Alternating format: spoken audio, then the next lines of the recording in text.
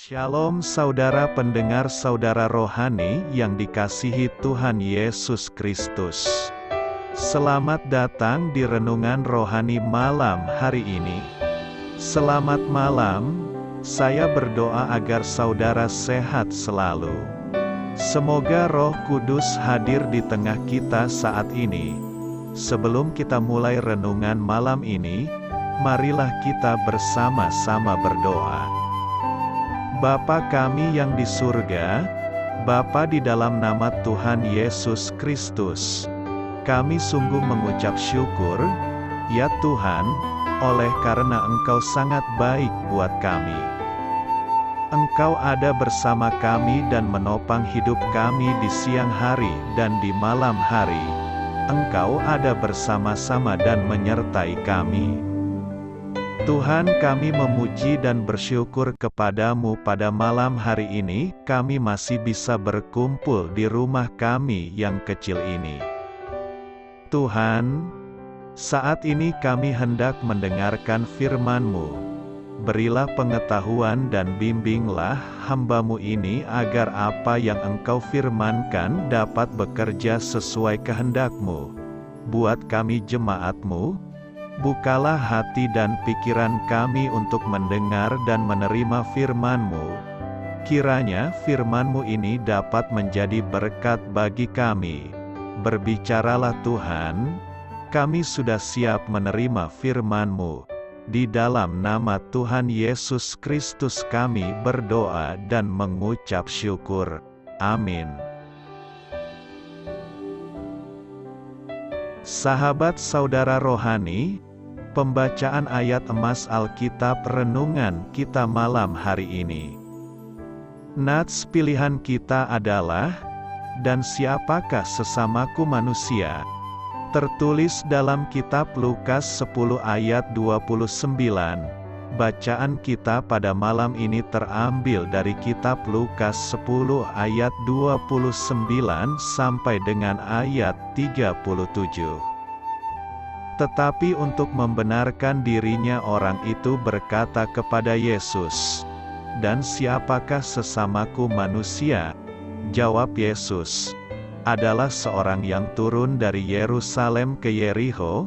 Ia jatuh ke tangan penyamun-penyamun yang bukan saja merampoknya habis-habisan, tetapi yang juga memukulnya dan yang sesudah itu pergi meninggalkannya setengah mati." Kebetulan ada seorang imam turun melalui jalan itu. Ia melihat orang itu, tetapi ia melewatinya dari seberang jalan. Demikian juga seorang Lewi datang ke tempat itu. Ketika ia melihat orang itu, ia melewatinya dari seberang jalan. Lalu datang seorang Samaria, yang sedang dalam perjalanan ke tempat itu. Dan ketika ia melihat orang itu, tergeraklah hatinya oleh belas kasihan. Ia pergi kepadanya lalu membalut luka-lukanya. Sesudah ia menyiraminya dengan minyak dan anggur, kemudian ia menaikkan orang itu ke atas keledai tunggangannya sendiri lalu membawanya ke tempat penginapan dan merawatnya. Keesokan harinya ia menyerahkan 2 dinar kepada pemilik penginapan itu. Katanya, "Rawatlah dia dan jika kau belanjakan lebih dari ini, aku akan menggantinya.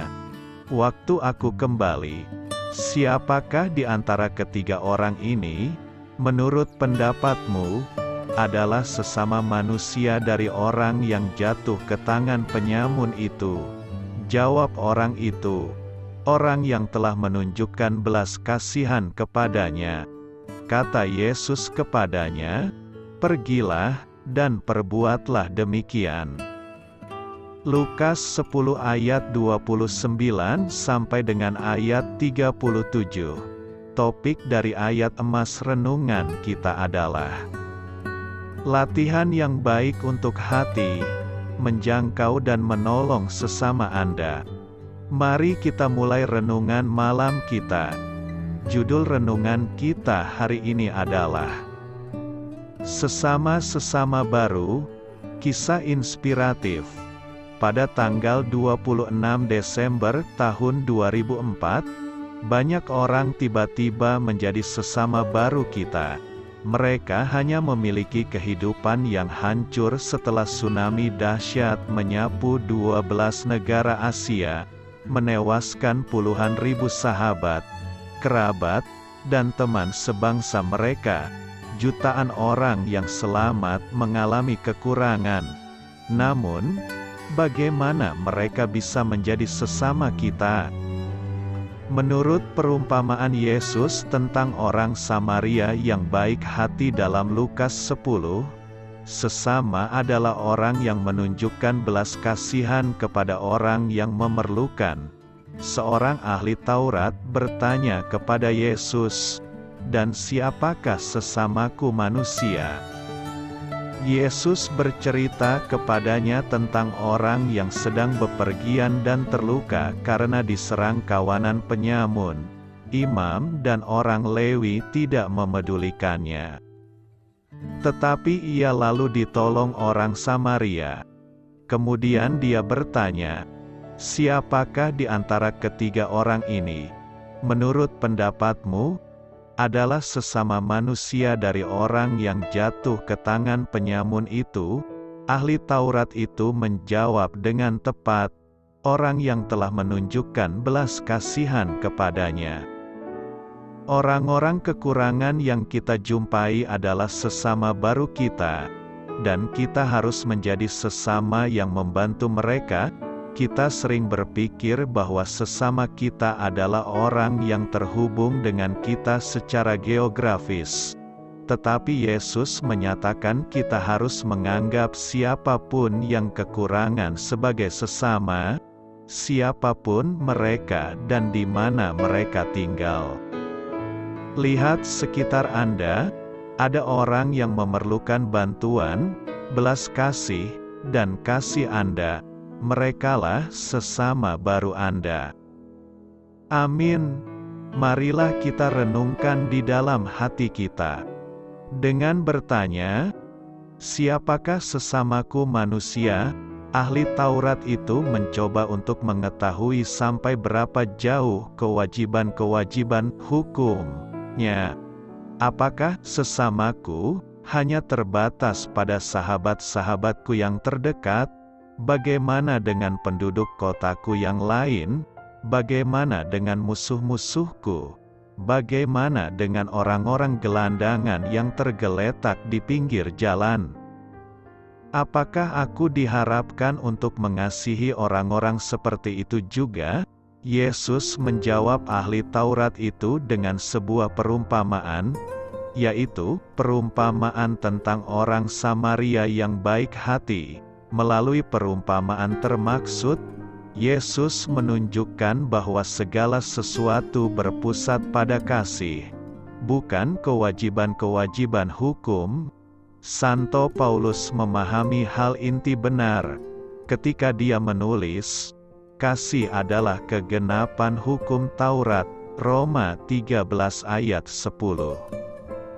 Orang yang tergeletak babak belur setengah mati di jalan antara Yerusalem dan Yerikho karena habis dirampok dan dipukuli adalah seorang Yahudi, sedangkan yang datang menolongnya adalah seorang Samaria.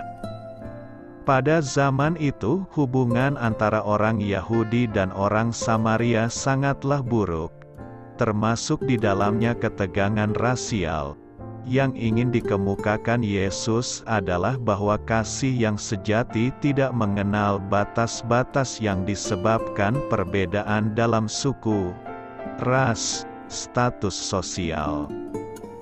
Perintah untuk mengasihi sesama mengacu pada semua orang, termasuk orang-orang asing yang tinggal di tengah-tengah kita, mereka yang termarginalisasi dalam masyarakat, orang-orang miskin, yang lapar, wong cilik. Allah Bapa menunjukkan kasih-Nya kepada umat-Nya ketika Dia mengirim putranya yang tunggal untuk membawa pengampunan dan rekonsiliasi. Yesus mempunyai kasih yang sama ketika Dia mengatakan, "Ya, terhadap rencana Bapa. Walaupun hal itu berarti meninggalkan kemuliaan surgawi dan memperkenankan orang-orang yang diciptakan dan dikasihinya dengan begitu intens malah membunuhnya di kayu salib. Seperti cinta kasih yang ditunjukkan oleh orang Samaria itu, kasih Yesus juga tanpa batas-batas yang bersifat diskriminatif. Kita murid-muridnya juga harus mengasihi tanpa diskriminasi macam apapun. Menunjukkan cinta kasih dan belas kasihan dapat mengubah hati kita. Hal itu dapat mengajar kita untuk memandang setiap pribadi sebagai anak yang sangat dikasihi Allah, pantas dan layak sebagai pribadi yang bermartabat, batasan apapun yang ada. Dalam pekan ini, kita dapat mencoba melakukan dua hal. Pertama, marilah kita keluar untuk bertemu dengan orang-orang lain, siapapun mereka itu. Perhatian penuh cinta kasih dari kita kepada orang-orang yang kita jumpai dapat membantu, menggairahkan kembali kehidupan seseorang yang hampir mencapai titik terendah. Kedua, marilah kita membuat diri kita semakin dekat dengan Allah dan menerima kasih dan kerahiman-Nya. Roh-Nya dapat memberdayakan kita untuk melanjutkan sikap dan tindakan cinta kasih kita manakala kita merasa sudah tidak mempunyai apa-apa lagi untuk diberikan kepada orang-orang lain. Saya memberkati Anda agar sewaktu Anda mencarinya dari Dia, Bapa Surgawi Anda akan memberikan bagi Anda roti harian Anda. Dalam nama Yesus Kristus, Tuhan yang berkuasa atas alam semesta dan menuntun kita kepada iman yang menyelamatkan, Tuhan Yesus menyertai senantiasa. Terima kasih Ibu, Bapak, saudara dan saudari sudah berkenan mendengarkan renungan malam saudara rohani. Tuhan memberkati. Amin.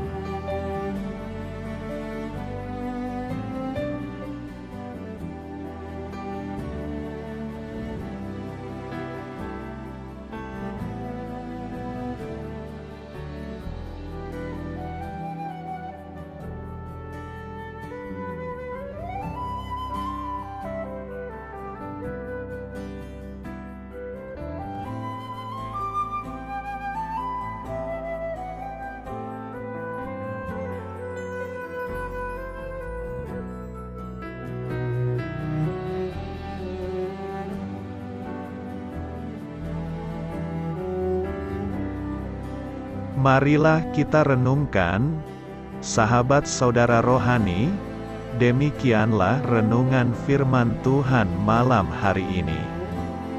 Semoga menjadi berkat di dalam hidup kita dan menjadikan kita pribadi yang lebih baik.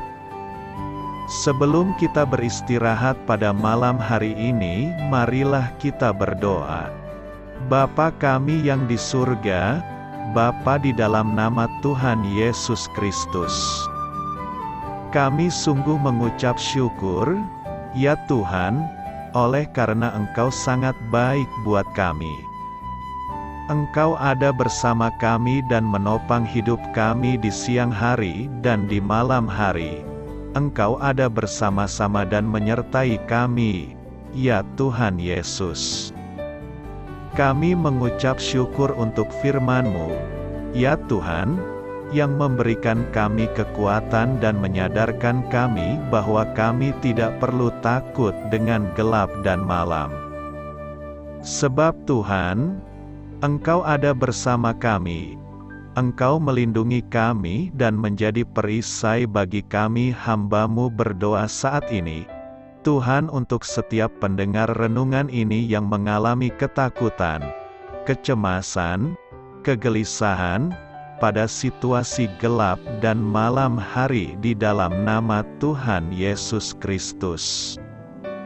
Kuasa Tuhan melepaskan mereka dari segala ikatan roh-roh ketakutan yang mengikat mereka saat ini. Tuhan melepaskan setiap anak-anak-Mu dari segala rasa takut dan kecemasan. Di dalam nama Tuhan Yesus segala kuasa-kuasa roh jahat, kuasa setan iblis yang mengganggu anak-anak-Mu, ya Tuhan, tolong hancurkan dan halaukan dengan kuasa-Mu. Dalam nama Tuhan Yesus Kristus, berkati setiap kami anak-anak-Mu, ya Tuhan, dan lindungilah kami aman di dalam Engkau. Ya Tuhan, penuhilah setiap hati kami dengan keberanian, damai sejahtera, dan sukacita serta ketenangan yang dari Tuhan. Berkati kami di malam hari ini, saat kami tidur dan beristirahat.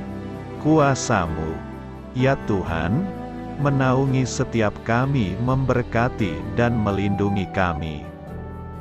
Bangunkanlah kami kembali besok pagi dengan kekuatan yang baru, tubuh yang sehat diberkati Tuhan, dan berkat-berkat yang baru Tuhan sediakan bagi kami. Terima kasih, ya Tuhan, kami sungguh mengucap syukur untuk firman-Mu yang menguatkan kami. Dalam nama Tuhan Yesus Kristus Juru Selamat kami, Bapa kami yang baik, kami mengucap syukur dan berdoa haleluya. Amin. Biarlah firman Tuhan menjadi pengingat untuk kita semua, bahwa tuntunan dari Roh Kudus akan selalu memberi jalan keluar bagi setiap permasalahan hidup kita, dan memberi kedamaian di hati kita. Amin. Sampai jumpa di renungan malam saudara rohani berikutnya.